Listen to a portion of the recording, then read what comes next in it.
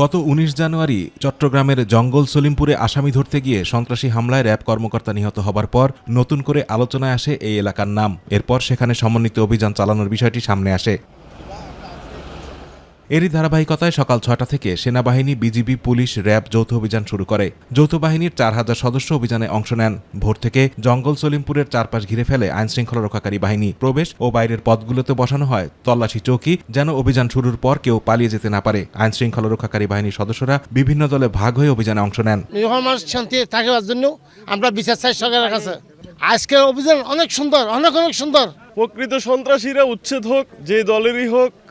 তবে চাচ্ছি পাশাপাশি যেহেতু ২ লক্ষ লোক বসবাস করে, তাদের যাতে হয়রানি না হয়। চট্টগ্রামের অ্যাডিশনাল ডিআইজি নাজমুল হাসান বলেন, অভিযানে এরই মধ্যে কয়েকজন সন্ত্রাসী গ্রেপ্তার হয়েছে, উদ্ধারও হয়েছে কিছু অস্ত্র। সন্ত্রাসীদের অভয়ারণ্য জঙ্গল সলিমপুরে যৌথ বাহিনীর অস্থায়ী ক্যাম্প করা হবে বলেও জানান তিনি। একটি কর্ম পরিকল্পনা তৈরি করে আমরা অভিযানটি শুরু করেছি। ইতিমধ্যে বিভিন্ন জায়গায় সন্দেহপ্রবণ এলাকায় তল্লাশি করা হয়েছে। এখানে কয়েকজন অপরাধীকে গ্রেপ্তার করা হয়েছে। ইচ্ছা আছে যে এখানে আমরা একটা অস্থায়ী ক্যাম্প করব, যাতে তারা যে কোনো টাইমে এখানে অভিযান করতে পারে, সেই পরিবেশটি আমরা এখানে নিশ্চিত করতে চাই। চট্টগ্রামের বায়েজিদ বোস্তামি এলাকা থেকে প্রায় ২ কিলোমিটার পশ্চিমে লিংক রোডের উত্তর পাশে বিস্তৃত ৩,১০০ একর জায়গা জুড়ে জঙ্গল সলিমপুর এলাকার অবস্থান। পাহাড় কেটে বানানো এই খাস জমির বাজার মূল্য বর্তমানে কয়েক হাজার কোটি টাকা।